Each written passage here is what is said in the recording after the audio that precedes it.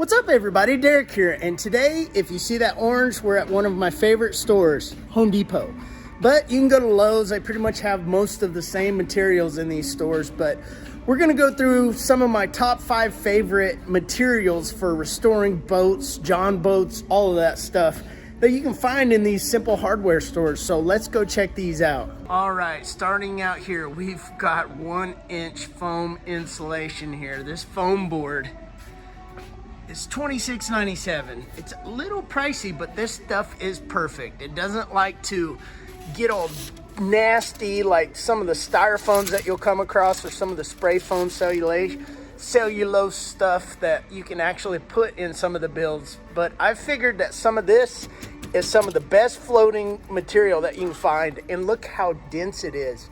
It is so dense. I mean, it's just so thick. But when you insulate a boat, that is some of the best stuff that you can possibly use. Plus it has such a good flat edge with so much surface area, gluing, any of that stuff. And under decking, if you've got a 1-inch gap, this stuff is perfect for filling in those gaps. But that is one of the best ways to keep your boat from sinking and remove all that thick styrofoam. It takes up so much space, or get rid of that nasty cellulose spraying foam that actually will hold water. Here's number 2 on my list. Now we got the foam insulation, which is big time. That way if you do get a hole in your boat, you're not gonna sink. So now we've got this aluminum. This aluminum and even some of the steel for frame building on trailers and other stuff. But this can be a lifesaver to make your boat actually a lot lighter. So if you need angle aluminum for beefing up the frame or the deck, or just making compartments and all kinds of stuff, you got all the aluminum that you need in here. I mean, 1/8 inch, 1/16. This stuff comes in handy, and you can cut it with a grinder, a cut-off saw. There's so many ways of cutting this stuff.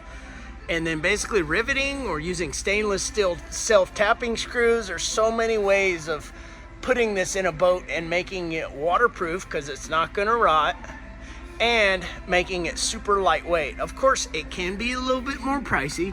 Like this is 1/8 inch, that's 35 bucks for an 8-foot piece, but that is a super stout piece for being let's see, that is 1 1/4 inch. So if you basically stay with 1 inch, which is the thickness of the foam insulation, and then beef it up with that, 30 bucks, not too bad. Well, I've got 2 of them here together actually. I needed some fiberglass resin, and I've got plywood. So these are 2 in 1 right here. And you see, you can either go with this size, which is more like a 1/2 inch, or you can go a little bit smaller with one that's 11/32.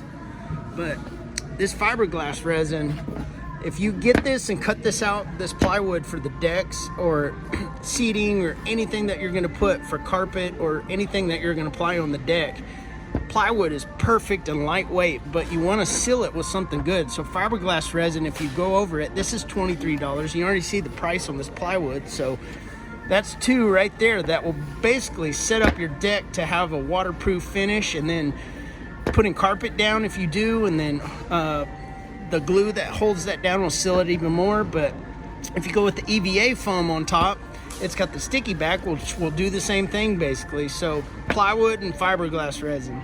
And here's another one, carpet. You're gonna need some kind of decking material that's indoor, outdoor, some kind of decking material. I mean, whether it's EVA foam or something else. But as you see, it's not too expensive, and it's not too bad. That's the classic. Old Jon Boats used to put that in them all the time, and it's so cheap. But there's all kinds. One of my favorites is actually that gray that's up there on the top. It's not a bad material, but it's got grains that kind of go one direction. Here's 2 that really don't fall into the materials category, but you're gonna need them for fastening, and that's a Rivet Gun. You can buy a kit like this, and then you can get all the aluminum rivets or whatever that you need. It's not too pricey, so you're gonna need that for all the aluminum that you buy if you end up drilling into it and attaching it to a boat in some way. And then also for the decking, if you go with the carpet, you're obviously gonna have to have some kind of stapler for stapling that stuff to the underside of the plywood. So These two right here are two that must-needs that you need. Well, guys, that's the basic materials I like to use at Home Depot. This store has so much stuff, and you can, even more than the ones that I listed in here, can be implemented in any boat, basically. But it's just kind of how you use it, how you design it, how you engineer it, and what your purposes of what you want to do with your boat are. For me, I'm a lightweight kind of guy. I like to have all the safety features and make it to where it's gonna last time. So I don't have to do every 5 years, go through the boat or anything like that and do fixes. I want it to last forever, which anybody should basically. But anyways, thanks for watching, you guys. Subscribe if you haven't already. Like this video if you liked it, and I'll see you guys in the next one.